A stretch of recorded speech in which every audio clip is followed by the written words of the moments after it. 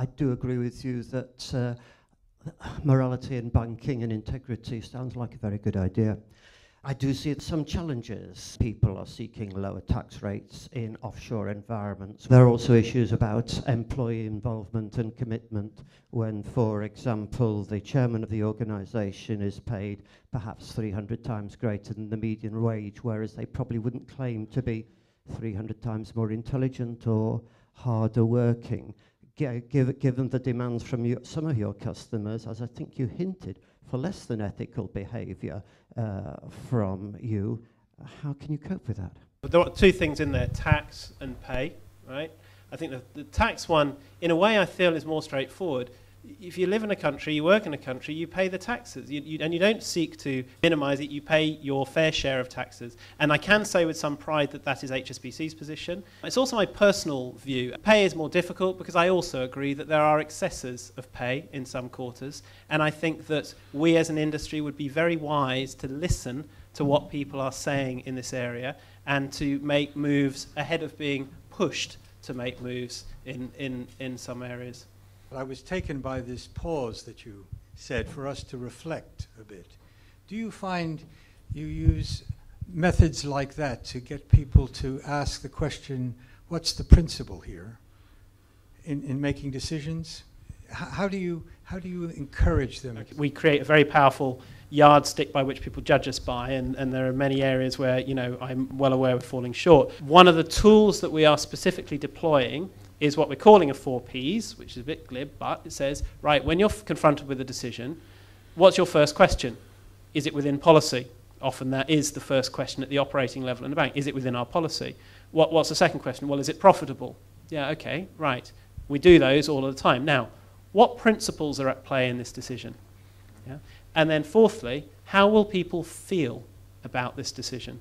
And by giving this very simple framework, we are making people ask these questions. And I think it's, on the one hand, it is so difficult because if you're trying to train people to do it. On the other side, if you're just saying to people, well, what would you do if it was your brother?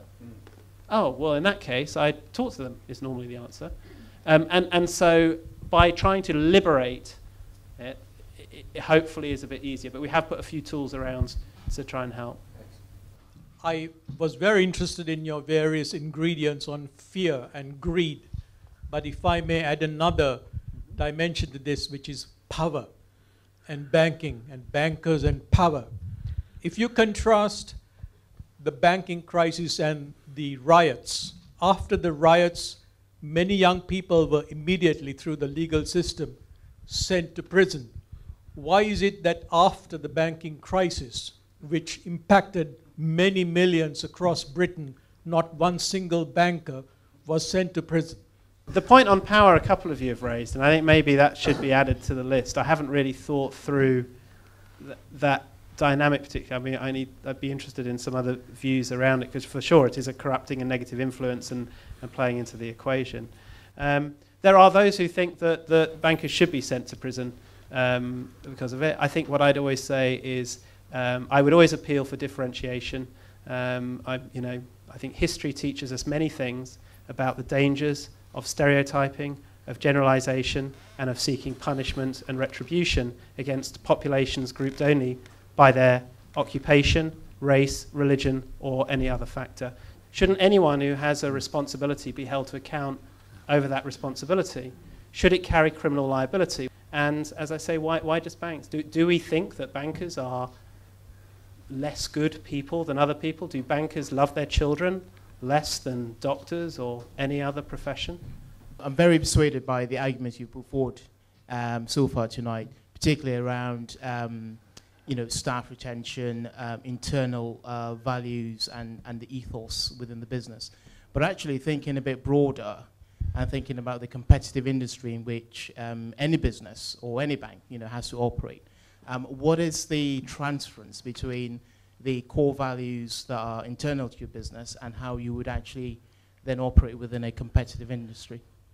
It's a really, really interesting question, and I think I've been personally on quite a journey on this over time as well. And I think there are different kinds of competition, and there's one kind of competition which is the pursuit of victory, to beat your competitor, to do better than them. And what's the value that underpins that? Well, it's probably something in the area of pride or somewhere around there. And pride, often companies name pride as a value. Of course, pride is one of the 7 deadly sins. Success or excellence, and I think a lot of people do define excellence as a value. Personally, I think it's probably more of an outcome, but the outcome of a cocktail of values in the area of strength, determination, but also prudence, temperance, the discipline, etc., can ultimately lead to success. And I always find if I'm racing on a bike or whatever, and I'm thinking about the other guy, I'm not performing at my best. It's when you're focused on your own performance that you achieve your best performance. The easiest way to motivate people is let's go and beat those guys over there. But it can be quite a transient and destructive source of motivation if not carefully managed. HSBC is an international bank. You have international experience.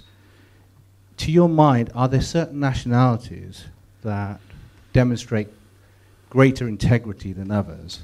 What's your assessment, or have you thought about the level of integrity that we display here in the UK as a culture, and how would one think about addressing maybe some of the issues that might rise out of that? The number one profession, according to Rogers Research, is housewife.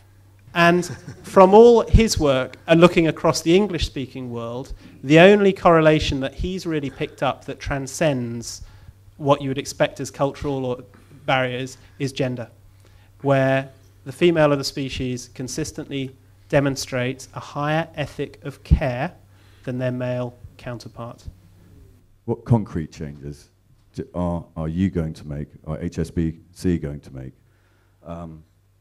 You know, to what degree do you feel your industry has a responsibility? And I know that you didn't take a bailout specifically, but we did as taxpayers all over Europe and here, and through austerity now, have supported you, are supporting the industry. So you do actually have a responsibility.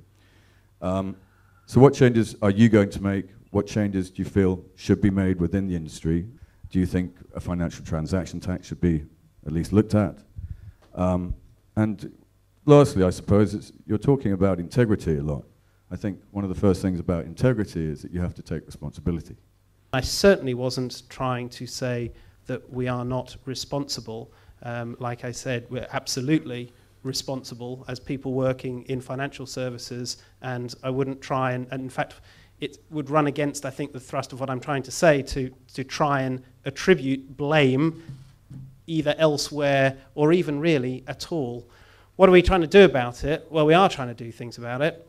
I guess there are levels to it, and I think if you ask me what's the one thing that I'm personally trying to do to make a difference, it's engage with those who've got very different points of view in the spirit of trying to build a productive dialogue that in turn will lead to actions that take us to a better place.